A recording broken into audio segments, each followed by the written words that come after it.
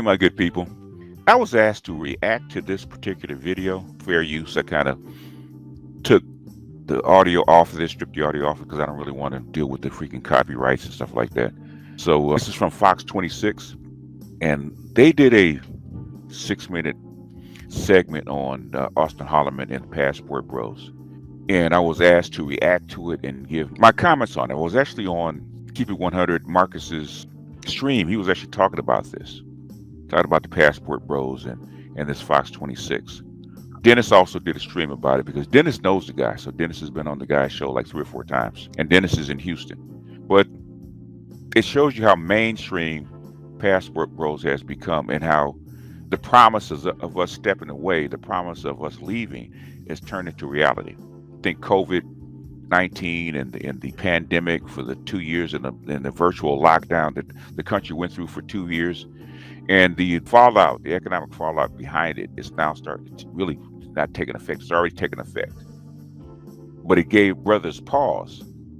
A lot of brothers went monk mode for good 90 days to 6 months because there were no chicks available. What they found out is that, okay, hey, guess what? I can survive without dating. I can survive without having sex. I can survive without women. I can survive without it. So now that I know I don't need it, it's not a need, it's a desire, it's not a need, I can make choices. I don't have to spend all my time, all my money, and all my efforts trying to chase down something that I don't really need.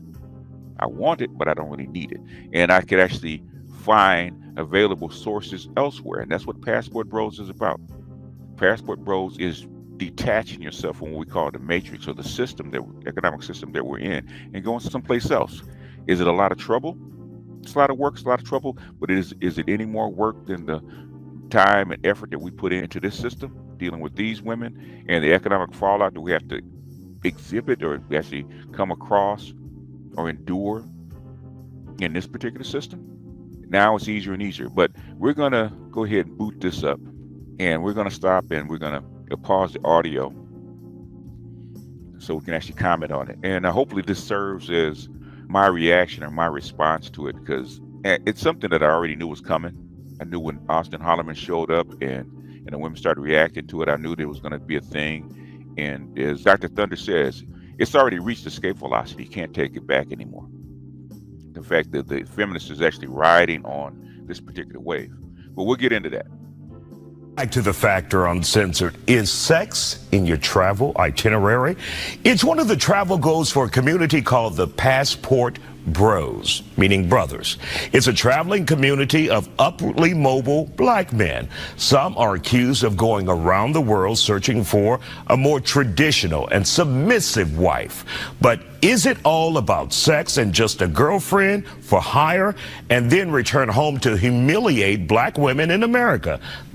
See, that's the whole thing. Is it a return and humiliate black women in America? Women always take our freedom or our non-choice of them as some kind of humiliation. And I guess in a sense it is humiliating, right? That they can't retain their own men, that they're not enough. And that will come out in the discussion. What is the thing that women, especially black women, least like? They don't like to be shamed, okay? They don't like to be shamed. Sign language, as I originally formulated, was a internal thing for women, right? Shame, guilt need to be right? They don't like to be shamed. What they won't tell you is that waving the passport in front of their face and actually leaving with your passport, going someplace else. First thing they said, you're not going to leave. Just because you have a passport, you're not going to leave. Oh, well, you left. But guess what? You're still the same old dusty, no good dude. You haven't showed any receipts of the women. You're not going to be happy because they're going to treat you bad. You're going to run back. And then when they showed that not only there's better women and it's cheaper and the men are actually happy, they feel some kind of way. They feel shamed. Now they're guilty that they're not enough. Okay. And then how do they cover it up with the need to be right, which is reverse sign language, right? They're going to try to shame and guilt you. Anyhow, continuing. That's the controversy that we're dealing with. One of its members, Austin Holloman, is apologizing for comments that he made about Brazilian women. Take a listen. And women around. So I just cut that piece out because what he said, you can go look up his apology and look at it in its entirety instead of the little clip that he put in. He apologized, but the thing is, the reason that they played the apology in the clip because they want to show contrition like he was wrong, even though he wasn't. Continuing. The world are speaking out against the passport bros. It's just one woman. It's not the whole world. It's just one woman in Brazil. One woman in Brazil. And one woman had enough clout to actually get it in the papers. That was it. Arguing these guys are using their status to take advantage of women and even calling it a form of sex tourism and sex trafficking. Let's talk about it. Communications specialist Priscilla Pack and Rochelle Gemini both are here on The Factor Uncensored. We were supposed to do this last week. We're doing it this week. You have done a lot of research. When you think about and what you've heard about passport bros, your opinion on this so-called group. Let me tell you, they weren't even on my radar. You brought it up to me, and then I saw it, and I was just like, oh, that's cute. You know, guys go and get their passports. My son just got his passport last week. He's 9. See, in other words, a lot of research. In other words, they just did a week or two of looking at TikTok videos, and all of a sudden, they did a lot of research. They're trying to basically stretch the point. Actually, this guy against SYSBM and black male independence. He's probably more like either feminist or pro-black leaning. So that's cool, passport brothers, that's what's up. Then I start doing the research, and I'm like, wait a minute. Because I grew up, you know, with 2-parent household, my parents still happily married. I grew up in love. Some people grew up in survival mode, and maybe they just in a whole nother dimension of trying to find love. She didn't say that she was married with her son. Her son is 9. Did she say she was married? Did she talk about her husband? She's a single mother. What does that tell you? I grew up in love in 2-parent household, but did you replicate the 2-parent household? I grew up in 2-parent household, right? And when I was expecting to go out and get married and find the equal of the partner of my mother, right? The equal of my mother, right? Let me tell you, okay, I'm 60 years old, and the struggle that I had to find a comparable mate for myself, the comparable deal that my mother had. My mother was a sharecropper. My father was a sharecropper. That's where they grew up. They didn't have anything. It's called what it was less than the IKEA marriage, right? But the thing is, they had roles, and I was expecting to fill a role. Didn't turn out that way. But continuing. We're trying to find easy situations and everything, but at the same time, it was like, why do you have to put down the thing that you don't like in front of everybody just to get the thing that you do want? I don't care. But that being black women in America, putting them down for women who may be of color in another country. Right, that want to be a little more also submissive to them. Exactly. But also paid prostitution in many cases. And like we don't have paid prostitution here. We have more prostitutes in the United States than Brazil does, okay? We do. Brazil is a Catholic country. We have way more prostitution and way more registered prostitutes in the United States. There's probably more black prostitutes in the United States than there is in Brazil. Even though that's a sex tourism destination, we probably have more prostitutes in Brazil, in the United States than Brazil. We got we have known prostitutes, we got 1 million. That's probably double that. Like there's not paid prostitution in the United States, like we're holier than thou. That's what they covering up. And you can tell that by the way that, what's his name, Austin, was talking, because I saw the other videos of him going like, hey, you would have sexual intercourse with me tonight, right? And she's saying, yes. They about to really get a lick on him. That's what's really about to happen. How do you know they about to get a lick on him? That's always the thing. In other words, you go out there to someplace else and basically they're going by their interpretation, because they wouldn't have sex with him that night unless they're gonna put a lick on him. So they think those women that they don't know in a culture that they don't know is gonna do the same thing. Even though black women have been doing one-night stands forever in a bar, in a club, on the street. They do it. They do hookups over the internet all the time. But the thing is, all of a sudden, you go someplace outside the country and she says, I would sleep with you tonight. I would go home with you tonight or kiss you tonight. All of a sudden, now you become a mark. Come on. Because I also saw some of the women from overseas saying, yeah, we're just trying to get a lick. You know, they also came out saying, we know these passport bros, they not new. So essentially, they're chumps themselves. Yes. They're simply Johns. See, and that there's the shaming. Like, see, he said they're simply Johns because that's what he believes. That's what he believes. Because you can tell the people that are against this movement, because really what they want you to do is stay and deal with the women that are here.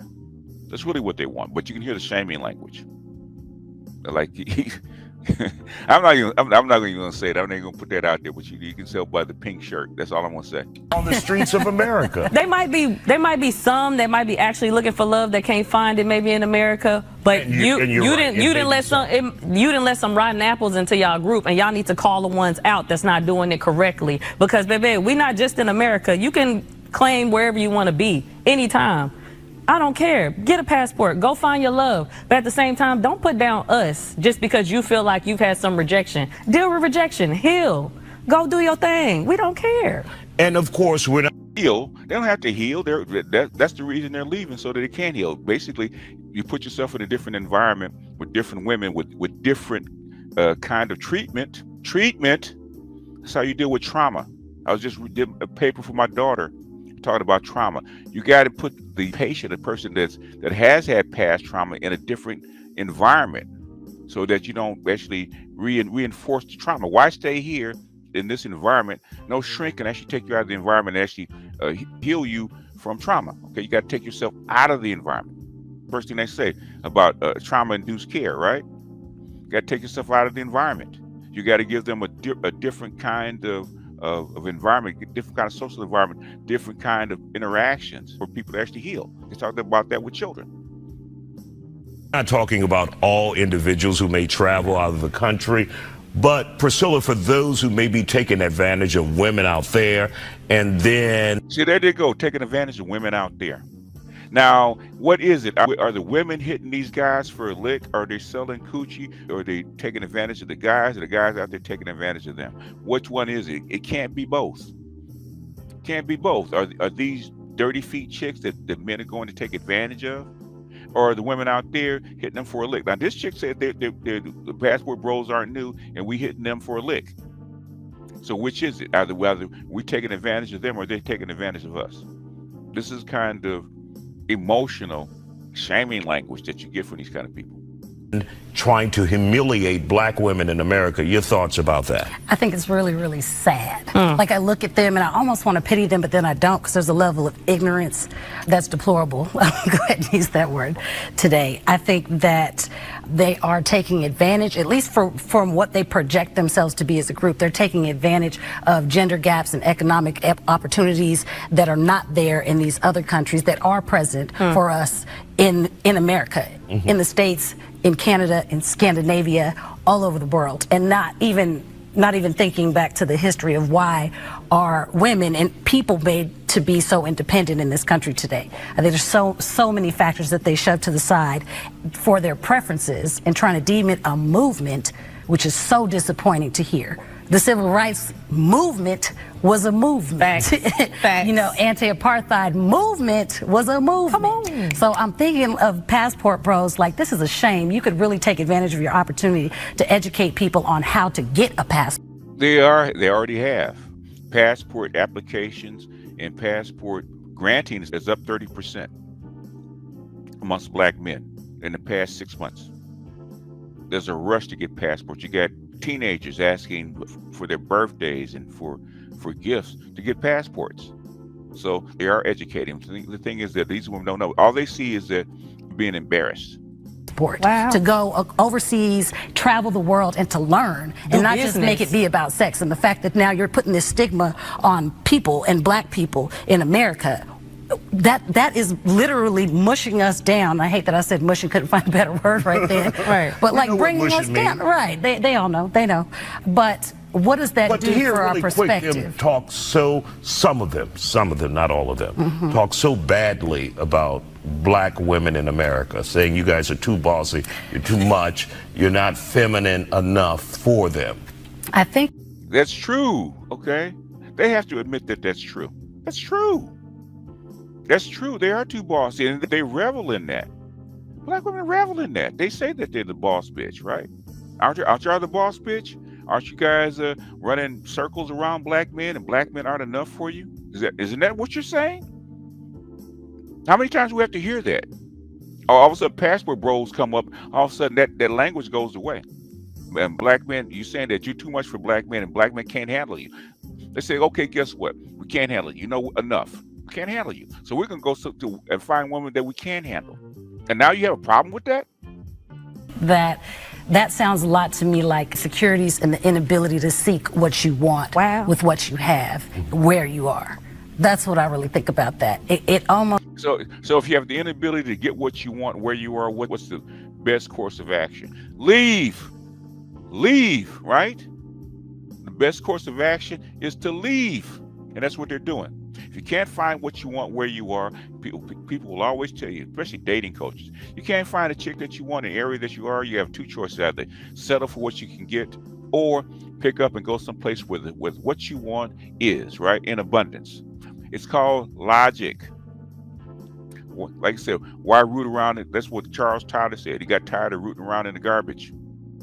It almost disgusts me, and is borderline gaslighting, to sit here and treat American women, American black women, and try to shut us down because we may be educated or have the ability to obtain certain finances and social status. How are they shutting you down? Nobody's limiting what you can do. Nobody's limiting what you can do. We're not shutting you down.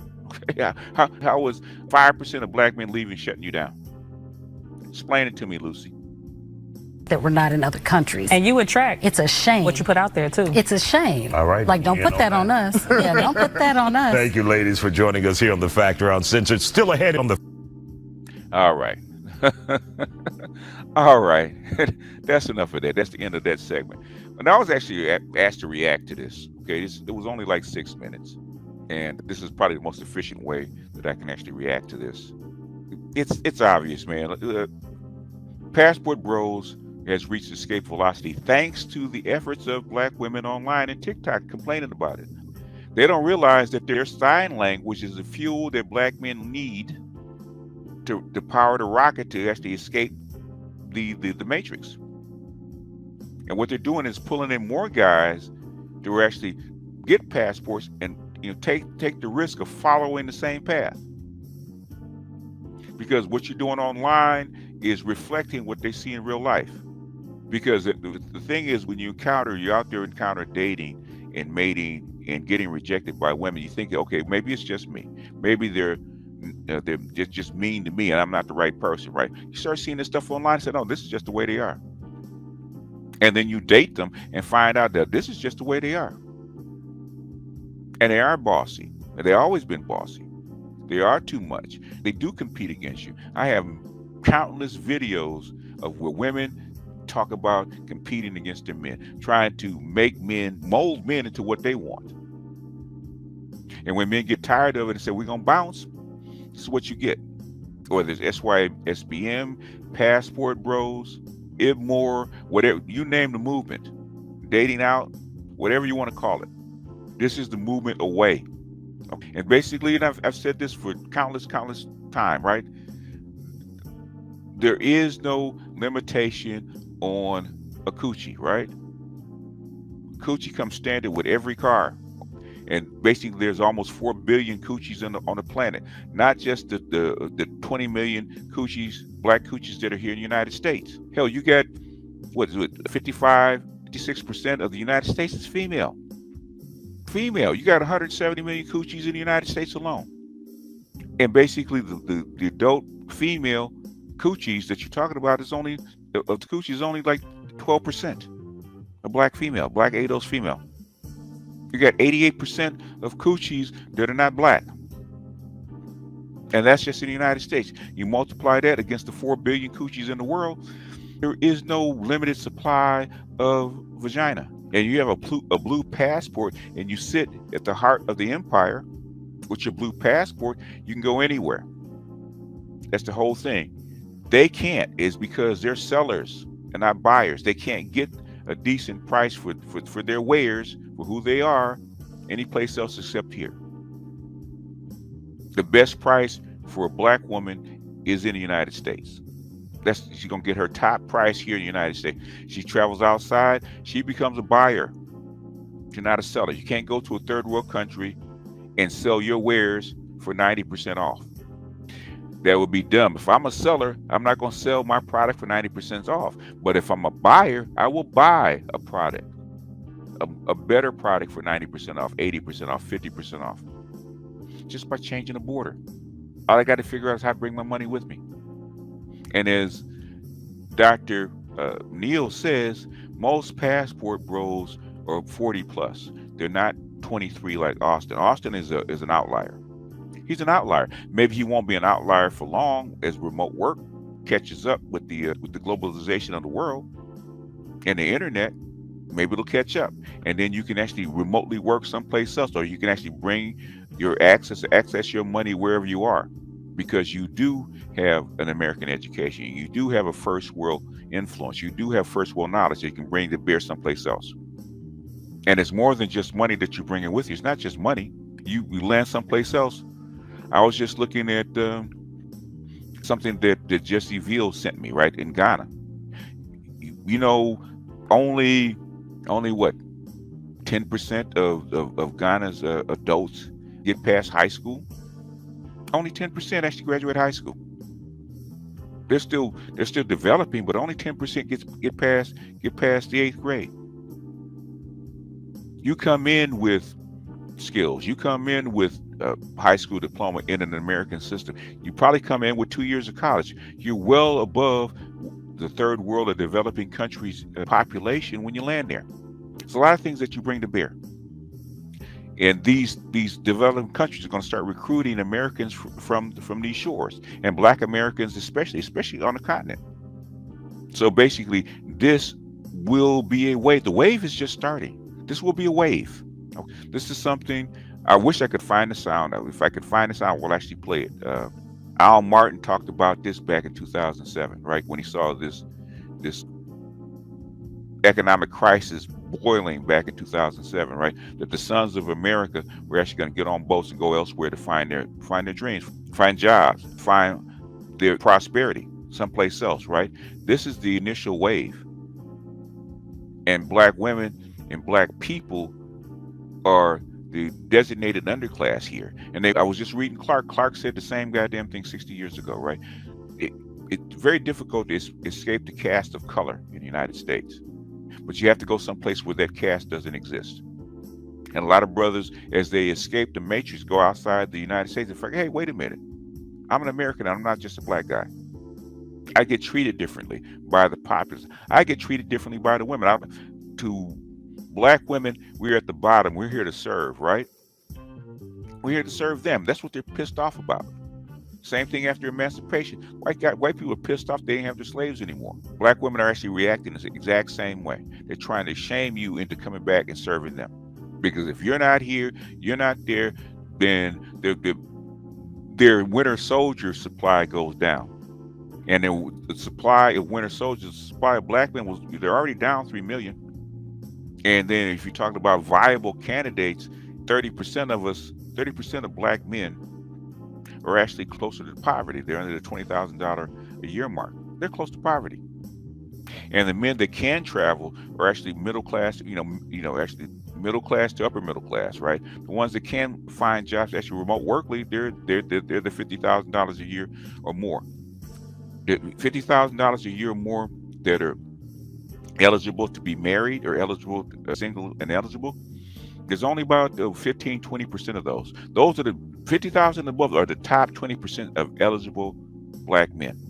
If those men start leaving, and there's only so many of those, right? 20%, I think the figure was of these folks. I think it was like 3 or 4 million. So you take 20% of that. What is it? You're talking about 500,000 guys that are viable, economically viable for these women. You start subtracting that, man. You take 100,000 of these guys out, man. You're taking a quarter of the viable candidates that these women want. That hurts. I don't care who you are. That hurts. If you get to like 200,000 or 300,000, you get a wave going like that, you're gonna wipe out the whole supply, and they know it. They're feeling it already, because every time you lose a person, that's one less person can actually come in and supply, what, 80% of women? That's going to hurt. Anyhow, let me jump off of here and do this another time. So this is my reaction to the Fox 26 Austin Holloman debacle down in Brazil. He's taking our advice, man. He didn't feel safe, so he got his ass up and went to Thailand, and he's starting all over, man. He's going to do good. He's going to do good. I think he's probably would be better off in the Philippines and Thailand, but he's not really attracted to Thai women. I think he'll do better in the Philippines, where they're darker and a little rounder, and they do speak English, which will help. But I think he'll be just fine, man, because hell, even the MGTOWs, man, the MGTOWs are actually a big up in him, man, because of his stance against feminism. So the MGTOWs are going to start piling in, and with the MGTOWs also comes with, guess what? Caucasian money. So Austin, all you got to do is do your thing. You'll be fine. But with that, I'm going to jump off here. This is BGS out, and I will see you critters on the next one. Peace out.